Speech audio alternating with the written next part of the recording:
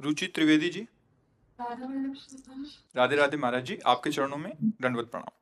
गुरुदेव, गृहस्थ जीवन में रहते हुए परिकर के प्रत्येक सदस्य के साथ अच्छा व्यवहार करने का प्रयास करती हूँ, लेकिन पारिवारिक जनों को संतुष्ट नहीं कर पाती, जिससे मेरा भजन में वो बाधा उत्पन्न होती है। गुरुदेव कृपा मार्गदर्शन करें, मैं अब क्या करूं? उससे कई बार चर्चा की है कि हम असंतुष्ट तभी होते हैं जब हम अपने कर्तव्य को भूलकर सामने वाले के कर्तव्य को देखने लगते हैं। हमारी असंतुष्टता का कारण कहीं ना कहीं हमारी कामना होती है। बड़ा सूक्ष्म ये विषय है कि आप हमारे पति हैं, आपका हमारे प्रति क्या कर्तव्य होना चाहिए। आप हमारे अमुख हैं, आपका हमारे प्रति क्या कर्तव्य होना चाहिए। वहां हम असंतुष्ट होंगे, और जब हम केवल अपने कर्तव्य को देखेंगे तब हमें कोई असंतुष्ट कर ही नहीं सकता सृष्टि में।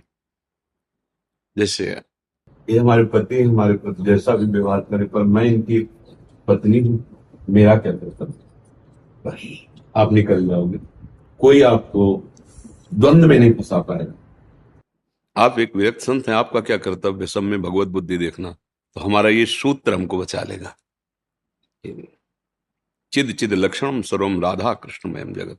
ए सावधान, एक क्रूरापि पापिनो न च सताम संभाष्य दृश्यास्य सर्वान वस्तुतया निरीक्ष परम स्वाराध्य बुद्धिर्मम। चाहे वो क्रूरता करे, चाहे पाप आचरण करे, चाहे दुष्टता करे, ये बाहरी यंत्र है। आंतरिक जो परम कारण है वो आराध्य देव बैठे हुए हैं, और ये हम देखने के लिए निकले हैं। हमारा मार्ग क्या है? सर्वान वस्तुतया निरीक्ष परम स्वाराध्य बुद्धिर्मम। मेरा आराध्य देव विविध रूपों में, कोई बिगाड़ नहीं सकता, कोई गुस्सा नहीं दिला सकता, कोई दुखी नहीं कर सकता, कोई हमें अशांत नहीं कर सकता। हम तभी दुखी अशांत होंगे जब हम शास्त्र वाक्य गुरु वाक्य से गिर जाएंगे। पक्का त्रिभुवन में कोई पैदा नहीं हुआ दुख देने वाला, अशांति पैदा करने वाला। हमारी वृत्ति ही हमको अशांत करती है। हम सबको संतुष्ट करने के लिए नहीं निकले, अपने आचार्य और गुरुदेव को संतुष्ट करने के लिए हम उपासना कर रहे हैं। उनका हर वाक्य हम व्यवहार में वैसे उतारें जैसे वो करें। खत्म खेल। अगर आप अपनी राग द्वेष की वृत्ति के अनुसार आरोप करके असंतुष्ट हो रहे हैं तो उसमें हमें कुछ नहीं। हमारे द्वारा कोई ऐसा आचरण ना बने तो हमारा हृदय आनंदित रहेगा। आप जो सोचो सोचते रहो, वो आपकी वृत्ति है ना जो आपको दुख दे रहे। हमारी वृत्ति के कारण आपको दुख नहीं पहुंचना चाहिए। तो अब गृहस्थ धर्म में माता पिता सास ससुर भाई भांजे विविध रिश्ते नाते आए हुए अतिथि अगर सही ढंग से कर्तव्य निर्वाह कर ले जाए तो जो एक यति को प्राप्त होती गति वही गृहस्थ को प्राप्त होती। बिल्कुल अंतर नहीं होगा। पर गृह कार्य नाना जंजाला त्येति दुर्गम सहल विशाला, बड़ा कठिन होता है ना। क्योंकि जैसे आप व्यवहार सदव्यवहार कर रहे हैं, उनको सुख पहुंचा रहे हैं, और वो कटु वचन बोल रहे हैं। मतलब बेटा है, माता पिता वयोवृद्ध सेवा कर रहा है, और वही गाली दे रहे हैं, और आए हुए समीप में बैठे हुए व्यक्ति से निंदा कर रहे हैं ऐसा, और आप कान से सुन रहे हैं। हम इनके शौच फेंकते हैं, इनके कपड़े धोते हैं, इनको समय से भोजन दे, और यही हमारी सबसे निंदा कर। खत्म खेल। आपका आपका जो परमार्थ है वो नष्ट हो गया। हम जब अनुकूलता की मांग रखेंगे, कोई भी कामना रखेंगे, तो हमारे कर्तव्य कर्म में त्रुटि हो जाएगी, और जहां कर्तव्य कर्म में त्रुटि हुई तो हृदय शांत हो जाएगा। उनका जो सतमार्ग के पथिक हैं, विषयी पुरुषों का नहीं। जो गिरा हुआ है उसको गिरने का क्या भय है। काली चादर में कोई रंग नहीं, वो अपना ही रंग रहता है। जो पापाचरण में अनुराग रखते हैं उनको तो इन सब बातों से मतलब ही नहीं है। जो थोड़ा सतमार्ग में चलते हैं, थोड़ा धर्म से चलते हैं, उनके लिए बातें हैं। तो हमें लगता है कि हम केवल अपने कर्तव्य का ही चिंतन करें, उनका हमारे प्रति क्या कर्तव्य है ये चिंतन करने पर हमें दुख पहुंच सकता है। कोई शिष्य है, वो अभद्र व्यवहार कर रहा है, चाह रहे हैं कि सतमार्ग में चले, नहीं मान रहा है। अब इसी सूत्र को देखो प्रभु, आपका और हमारा संबंध गुरु शिष्य का है। हम आपसे एक बार शिक्षा रूप में निवेदन करते हैं, आपको ऐसे आप जो मार्ग चयन वो ठीक नहीं है। बस इसके बाद तुरंत भगवत बुद्धि। अगर शिष्य बुद्धि रही तो गए। कोई शिष्य ले, कोई गुरु ले, वही गुरु वही शिष्य, वही खेल हो रहा है। मत्ता परतरम नान्यत किंचित अस्ति धनंजय। किसके लिए है ये? अपने लिए है।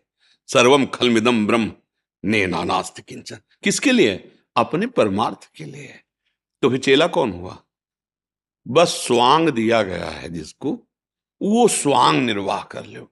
स्वांग है, सत्य नहीं। सत्य तो एक ही परम वस्तु है, न कोई अधम है, न कोई उच्च है, न कोई जड़ है, न कोई चैतन्य है, वही एक है भगवान। इसलिए कि बहुत जन्मों की साधना के बाद ये अनुभव होता है कि समस्त जगत भगवान वासुदेव है। बहु नाम जन्म नावंते ज्ञानवान माम प्रपद्यते वासुदेवास्वरमित स महात्मा सुदृढ़। ये बात और ये बहुत जन्म हमारे हो गए, हमें इंतजार नहीं करना है। बहुत जन्मों के बाद तो मनुष्य जन्म मिला है, हो गए बहुत जन्म। बात समझनी है, मान लो तो जान जाओगे। ज्ञान मार्ग में जान करके मानना और भक्ति मार्ग में मान के जानना बहुत सरल है। मान लिया और वही है। देखो, मानने पर ऐसे चरित्र देखे गए कि ना भगवान का श्री विग्रह है, ना कोई शालिग्राम है। पत्थर का टुकड़ा दे दिया, भांग बांटने का सिल दे दिया, उससे मुरली मनोहर ठाकुर प्रकट हो गए। कहो सो कहां जहां प्रभु ने मान लिया ना कि मेरे गुरुदेव ने दिया, ये मेरे भगवान हैं। सिलपिल्ले बाई का चरित्र आता है, धन्ना जी का चरित्र आता है। मान ले तो मान लो, आपके पति साक्षात भगवान है, आपके सास ससुर में भगवान है, आपके बेटे के रूप में वात्सल्य सुख पाने के लिए भगवान है। अब समस्या ही नहीं। हमें सेवा भाव करना है उनके प्रति, उनसे हमें अपनी अनुकूलता की चाह नहीं करनी। सिद्ध पुरुष का लक्षण है। अब यही तो साधना है। इसे अब फिर मनमानी आचरण, चाहे गृहस्थ हो चाहे विरक्त, दुर्गति भोगनी पड़ेगी। ये गृहस्थी विरक्ति से कोई नहीं बचता। अवश्य में भोक्तव्यम कृतम कर्म शुभाशुभम। निरंतर परमार्थ के पथिकों की वाणी सुनता रहे, एक नई ऊर्जा शक्ति मिलती है। भगवत प्रेमी महात्माओं के वचनों से एक अद्भुत सामर्थ्य जागृत होती है। मतलब जो बड़े बड़े व्रत नियम तप तीर्थ याटन और धर्मानुष्ठान से नहीं हो सकता, वो भगवत प्रेमी महात्माओं के क्षण मात्र वचन से हो सकता है। बस उसे, क्योंकि सर्वसंगो पहो हिमा। खास बात क्या होती है? भगवान ने जो बताया, व्रतांश यज्ञ छंदांश तीर्था नियमा यमा यथा वरुणधीत सत्संगा सर्वसंगो पहो हिमा। उस सर्व संगों का त्याग कराने की सामर्थ्य होती है। अर्थात जो सर्व शब्द है वो माया में है, एक ही है, उस सर्व रूप में भास रहा है।